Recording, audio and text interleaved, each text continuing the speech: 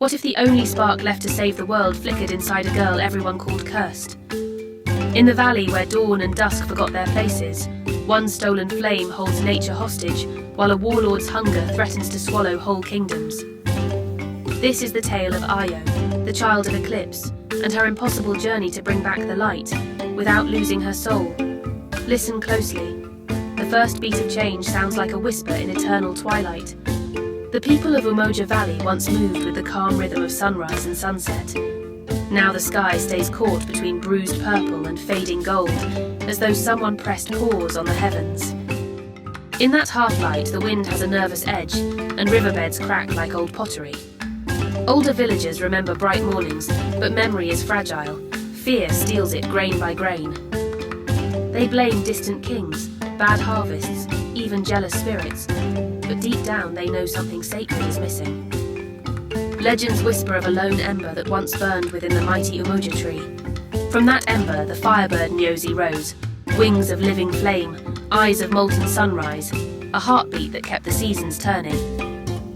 When warlord Kando wrenched the ember from the bird and locked it away, the valley's pulse slowed. Kando marched north with an army large enough to cast its own shadow over 3 kingdoms. Every step they took left wilted grass and frightened hearts. Villagers now gather beneath the leafless Umoja tree, searching the bark for signs of hope. A griot with a voice like warm rain repeats an old prophecy. Balance will return when a heart without greed walks the path of twilight. Most scoff, some weep, all feel that hollow tug of despair.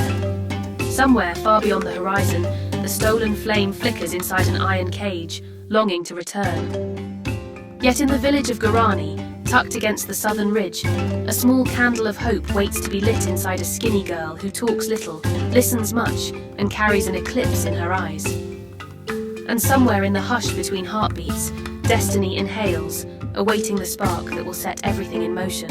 Ito has been called many names: eclipse child, omen, ghost of the sun, never kindly. She lives with Mama Kessie, an elderly basket weaver who found her as a baby beneath a veil of shadow the morning after the sky first froze in twilight. Mama Kessie gives her shelter and a warning. The world fears what it cannot name. Let kindness be your answer. Io obeys. She carries water for neighbours, shares fruit she barely tastes, smiles even when doors slam in her face. But twilight stretches nerves thin. When crops fail a second season, suspicion tilts toward the girl born in darkness. Whispers grow claws. Bad luck. Curse. Snake's child. After the chief's son falls ill, and the healer's herbs refuse to root, panic looks for a target. Ayo feels the weight of 100 accusing eyes. That same night she slips away, following a faint pulsing glow deep in the forest, the same glow haunting her dreams. Briars tear her calves, owls watch with silent judgment, yet each step feels strangely right, as though walking into a memory older than herself. In a moonlit clearing hovers a single ember, no larger than a firefly, yet bright enough to paint sparks across her vision. When she reaches for it, wind howls, and the ember explodes into the dim outline of a great bird. Its eyes meet hers, ancient sorrow mingled with fragile hope, before vanishing, leaving falling ash that hisses against damp earth. In those ashes a glowing spiral appears, the mark of the lost flamekeepers. Before fear can root her feet, a voice behind her murmurs, "I have waited many seasons for you, child of balance." The forest itself seems to lean closer, eager to witness the turning of an ancient page. The voice belongs to Seifu, a lion whose mane has turned silver and whose eyes are veiled in cloudy white. Scars lace his flanks like faded rivers, yet he moves with the certainty of old royalty. "Do not fear my jaws," he rumbles. "I am sworn to guide the flames chosen." Io bows, and Seifu recognizes humility. He tells of the night Kando stole the flame. A sorcerer's star-glass sand blinded him as he leapt to defend Josie. Since that shameful hour, he has prowled the wilderness awaiting the prophecy's heir. He believes Io is that heir and offers his back. She climbs onto his shoulders, feeling each powerful stride as they leave the forest. They pass silent villages where wells have run dry, and fields where locust husks litter the soil like broken promises. Everywhere despair clings like damp cloth, yet with every mile the ember glyph on Ayo's palm glows brighter, guiding them north toward lands no map dares illustrate. Sefu teaches her to hear the rumble of distant storms, the gossip of leaves, the sigh of stones remembering river water. One evening, camped beside a cracked canal, Ayo asks the question that gnaws at her. If I find the flame, how can a single girl stop a man who commands armies? Sefu answers, history bends around choices, not numbers. Kando wields fear. You carry what fear cannot touch. Under the dim moon, she feels both tiny and infinite. Heroes are seldom ready, they act anyway, and still the road begs for footprints. The whispering marsh sprawls like a bruise across the valley floor, its still waters reflecting the dusk-stained sky. A crooked sign, half submerged, reads, "Turn back." Sefu warns, the marsh trades secrets for passage. They step onto trembling mud, and hissing whispers swirl. Ayo's own doubts spoken aloud. Cursed child, you will fail. The lion will leave you. Eyes gleam beneath the water, crocodiles the size of canoes, their backs etched with glowing runes. One glides closer, jaws opening. Remembering Sefu's lesson, Ayo listens deeper and hears a faint pulse beneath the scornful voices, the heartbeat of the Firebird. Pressing her palm to the mud, she addresses the crocodile. I walk for balance, not conquest. Harm me and twilight grows. The beast halts. The water calms. Yet the whispers surge, mimicking Mama Casey's voice. You were never meant to be loved. Tears burn her cheeks. She straightens, shouting into the fog. Love is chosen, not earned through fear. The sound cracks the enchantment. A jagged pathway of stones emerges. Halfway across, Sefu slips. Marsh water drags him down. Without hesitation, Ayo dives in, wrapping her arms around his neck. The chill cuts to bone, but she breathes encouragement until he heaves free. On the far bank they collapse, soaked and shaking but alive. Sefu nudges her. Many stride here with swords and spells, yet only you answered hate with grace. Remember that. Behind them, the marsh falls silent, its test complete. Ahead, a solitary baobab beckons against the twilight, a silhouette promising ancient truths and heavier burdens. The great baobab stands wide as a city gate, roots clawing the earth like giant fingers aching for rain. Beneath its bark, faint sparks of blue light pulse. As Ayo and Sefu approach, the ground vibrates, and a voice, deep as thunder yet warm as dawn, rumbles. Flamekeeper blood returns. Bark splits, forming a doorway that exhales golden light. Inside, glowing runes reveal history, the Firebird's birth, the Guardian's oath, Kando's betrayal. Scenes ripple, warriors refusing to surrender the ember, blades flashing, cages slamming shut. The spirit of the tree appears as a figure woven from light and leaves. You carry the last unbroken thread, it says, but thread alone cannot mend a tapestry. It names 3 virtues: courage, earned in the marsh; compassion, to be tested at Kando's gates; clarity, awaiting above the clouds. Ayo asks, why me? The spirit answers, power runs from those who chase it and toward those who serve it. It gifts her a staff carved from its heartwood, quiet and warm. This will not burn until your spirit is ready. As they depart, the staff's glow guides them toward cloud-shrouded peaks, the realm of the Wind Sisters. A shining spiral remains on the closing bark, matching the mark on Ayo's palm. She whispers to forgotten ancestors, your story is not over. Sefu raises his blind eyes to the sky. Then let us write the next chapter before twilight turns to night without end. The climb to the cloud mountains steals their breath. Near the summit a sea of fog waits, and laughter, light, teasing, echoes from everywhere. 3 figures materialize, the Wind Sisters, woven from mist and moonlight, hair swirling like cirrus tails. Little Ember, why bear a burden meant for giants? One asks. Another circles Ayo, lifting her braids with invisible breeze. We can sweep Kando's fortress away, just trade us your true name. The third strokes the glowing mark on her palm. Or trade us the final beat of your heart. We adore final beats. Io steadies herself. I will trade only my story if you show me the path to the mirror cave.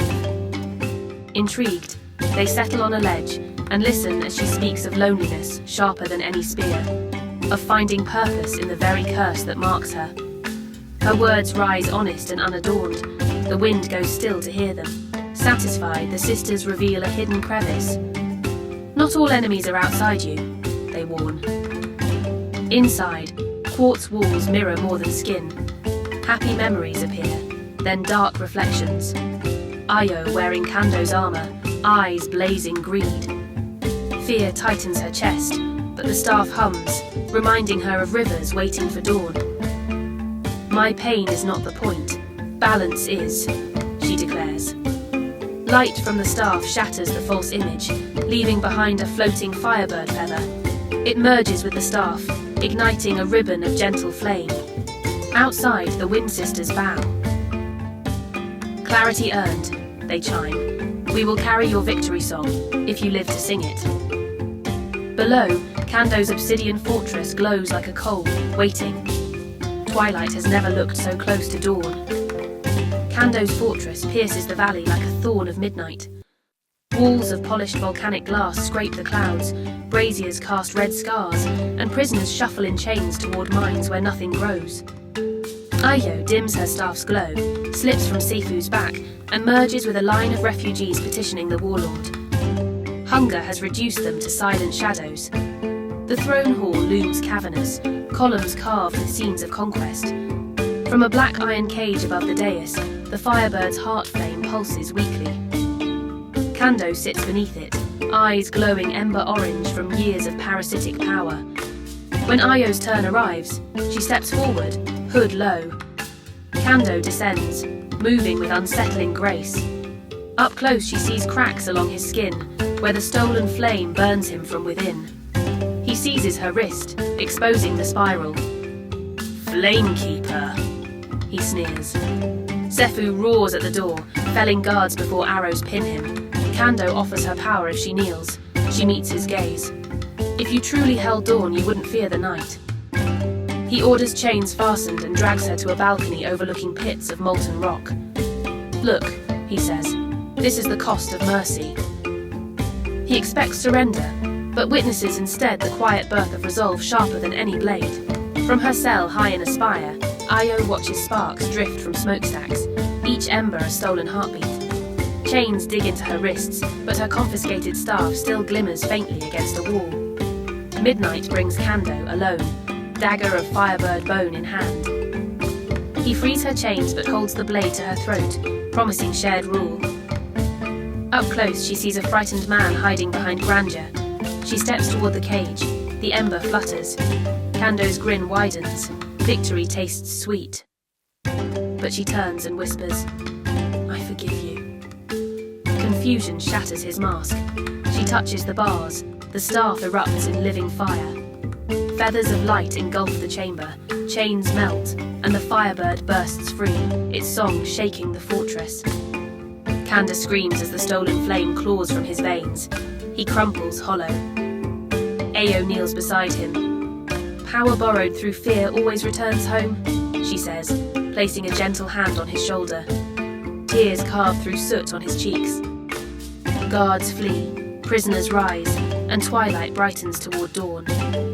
High above, the Firebird rings the sky with light, asking every soul a silent question. What will you grow when the soil turns fertile again?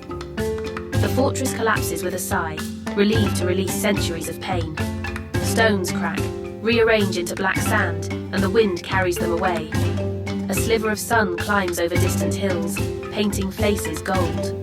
Where the fortress once stood, the Firebird lands, pressing its beak to the ground. Light surges through buried aquifers. Water bursts forth, racing to draw new rivers. Grass unfurls, children laugh at water cupped in their hands, and the valley exhales. Kando, weakened but alive, watches. Io approaches with staff now a simple stick.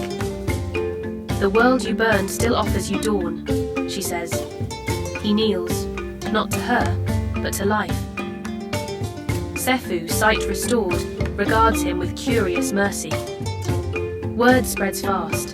Villagers gather at the umoja tree as fresh leaves bud. The griot tells a new story, a cursed orphan who forgave a tyrant and called the sun home. Elders beg Ayo to rule. She refuses, choosing to walk the valley, teaching children to tend flame without hunger for power. She carves 3 words into the umoja tree: courage, compassion, clarity. Twilight retreats. Day and night learn their dance again. Markets reopen, drums return to squares, and laughter fills the air. Far above, the Wind Sisters guide rain where needed, humbled by a girl who won without a sword. Balance, once myth, proves a choice honoured daily by ordinary hands. Long after the Firebird vanishes into realms unseen, its gift endures, not as flame in a cage but as light in countless hearts. At night, families gather under clear skies to share the tale. They linger not on cruelty or battle, but on the moment forgiveness unmade a fortress. Children lean closer as mothers whisper, "Power is loud, but love moves mountains quietly."